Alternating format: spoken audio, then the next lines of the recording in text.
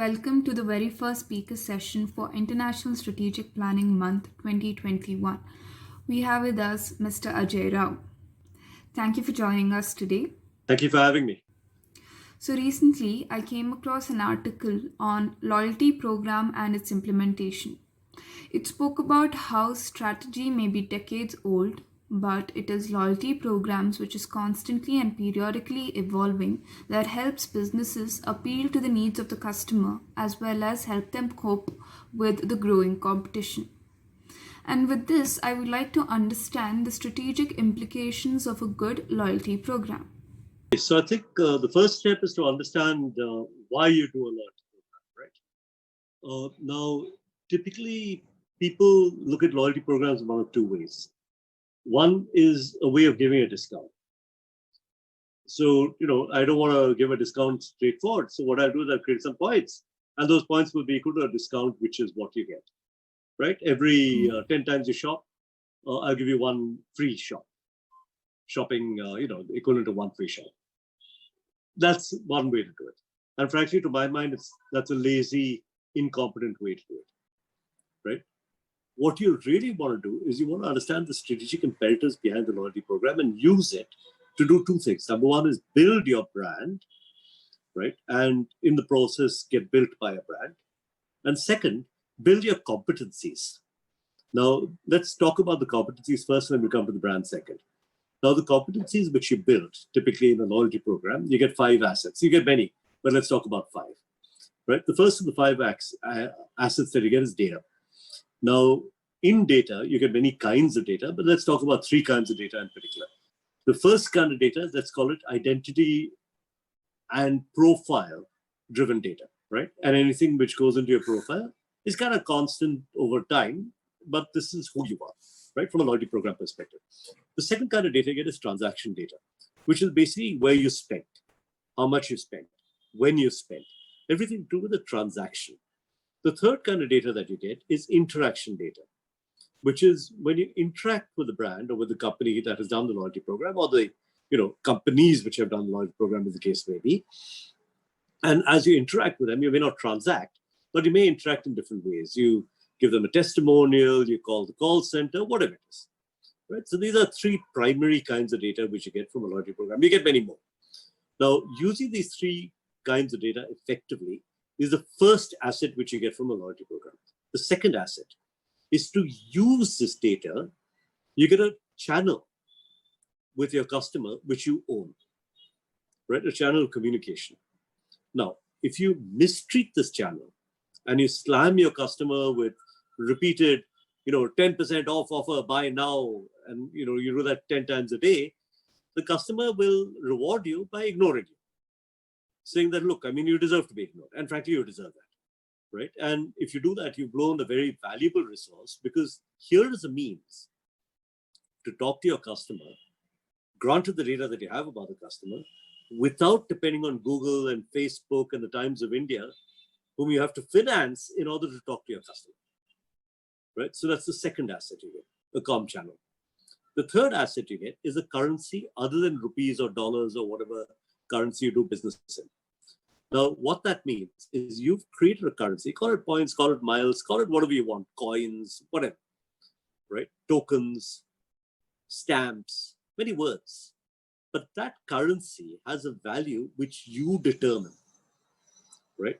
Now, that is invaluable, because the 10% off on a 100 rupee product is 10 rupees, no matter which way you look at it. And that is the cost of 10 rupees, the cost of what you're doing. But I can give you a perceived value, which is far greater if the currency is mine, right? The fourth thing that you get is you get a way of recognizing people and telling them you're special to me. Because you've spent so much money with me, because you've come by so often, you're fond of me, I'm fond of you.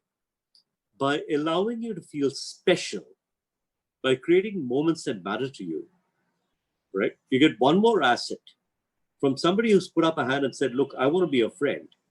You got the ability to say, look, I want to be yours as well, and here's what I'd like to do for you, right? The fifth asset which you get is the ability, granted these other 4 assets, to create alliances and partnerships, create almost an ecosystem of value for your customers outside of your brand, right? So if you're an airline, you know when the guy's going to fly to another city, you can make a deal with a hotel. You're not in the hotel business, you're in the airline business, but you can give value to your customer outside of your brand. Now, by using your data effectively, you know who flies frequently from here to Paris, you can cut a deal with the hotel in Paris saying, hey, look, guys, I know who comes to Paris frequently from all over the world because I've got that data in my database. Why don't we cut a deal for them and I'll send you a fair amount of business. And you can either make money for yourself or for your customer, or for both, right? These are the 5 assets, right, which you create from a loyalty program. Now, you have many more assets, but these are the 5 main ones. Now, what you want to do is you want to leverage these assets, to go back to what we were saying earlier, in order to build a brand. So let's say a brand stands for, I will make you comfortable when you fly. I'm making this up. I can't think of any airline which says that. I wish they would. But let's say there is an airline which comes up with that. Now you think about all these assets and say, how can a loyalty program make you more comfortable? What is the before air experience in order to make you comfortable? What's the in-air experience, which I'm going to give my loyalty program members to make them even more comfortable than they would have been on a flight?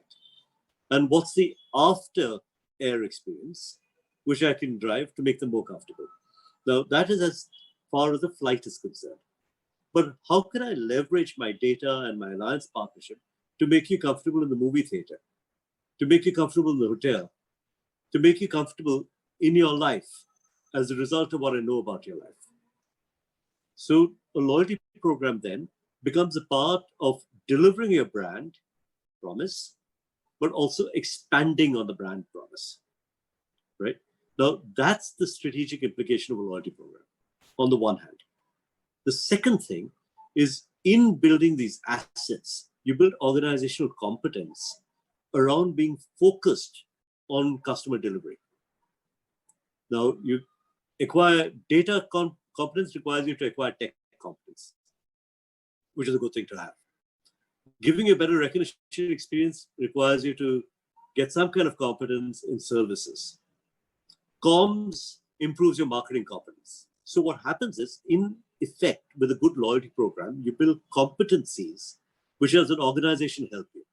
So what you're doing is you're building an asset base, you're building competencies, you're building a brand.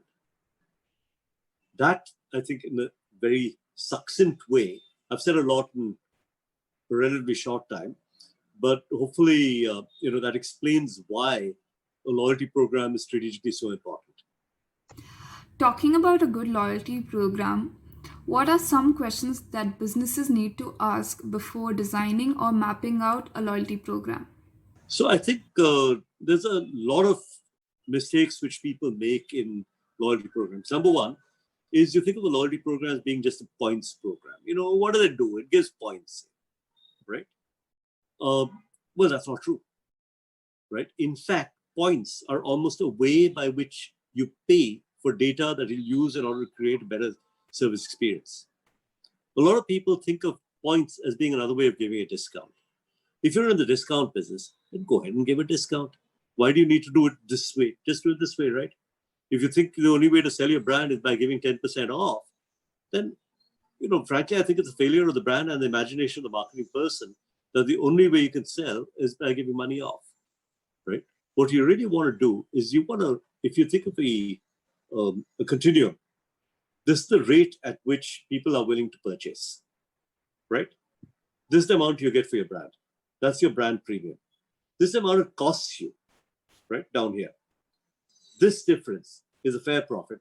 This difference is an unfair profit, right? Which gives you get, when I say an unfair profit, I don't mean unfair in the, actually, let me use the term unfair. Let me say the profit which you deserve as a result of something which you're doing better than other people are doing it, right? So, I mean, is it unfair if a 5-star hotel charges you 5,000 rupees for a meal?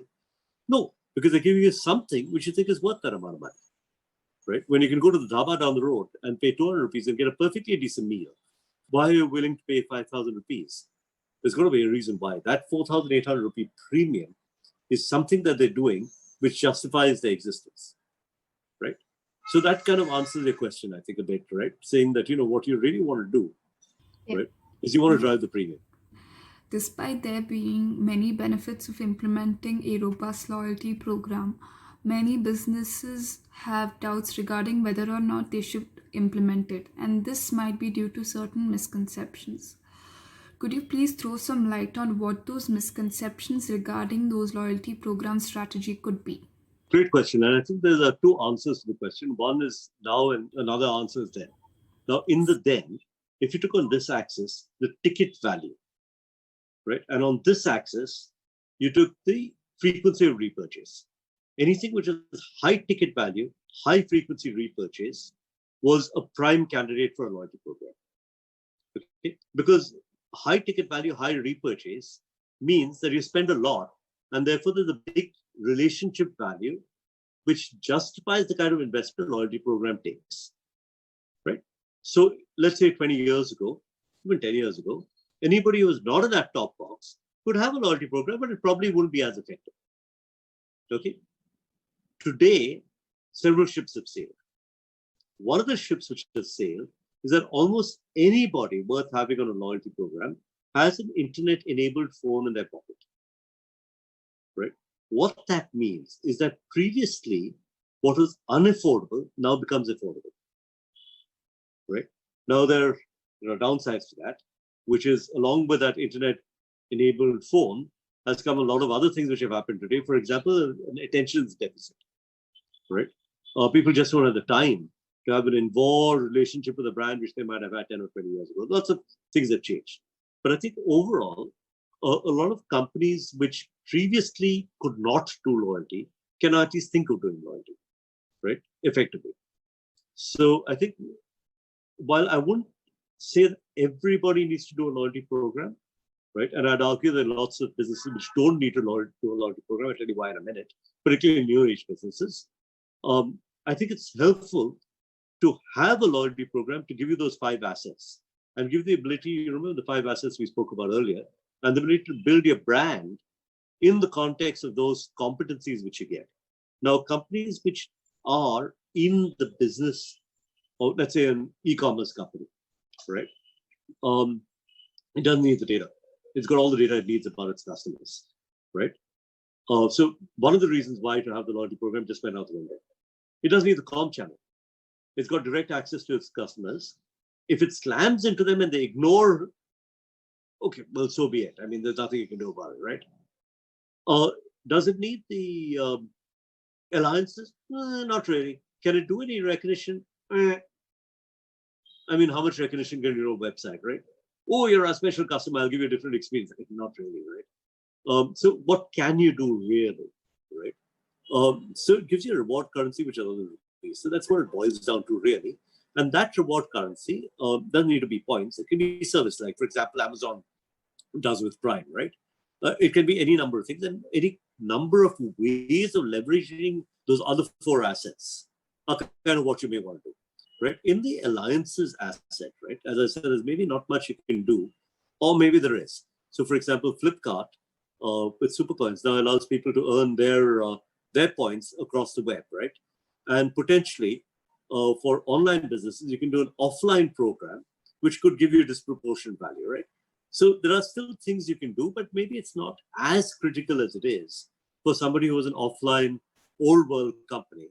Because if you want to catch up with the online boys in terms of data, in terms of comm channel, and all the other competencies, the loyalty program is a very good way to do so. Thank you for this wonderful and insightful session on loyalty programs. Again, thank you for being a part of the International Strategic Planning Month speaker sessions.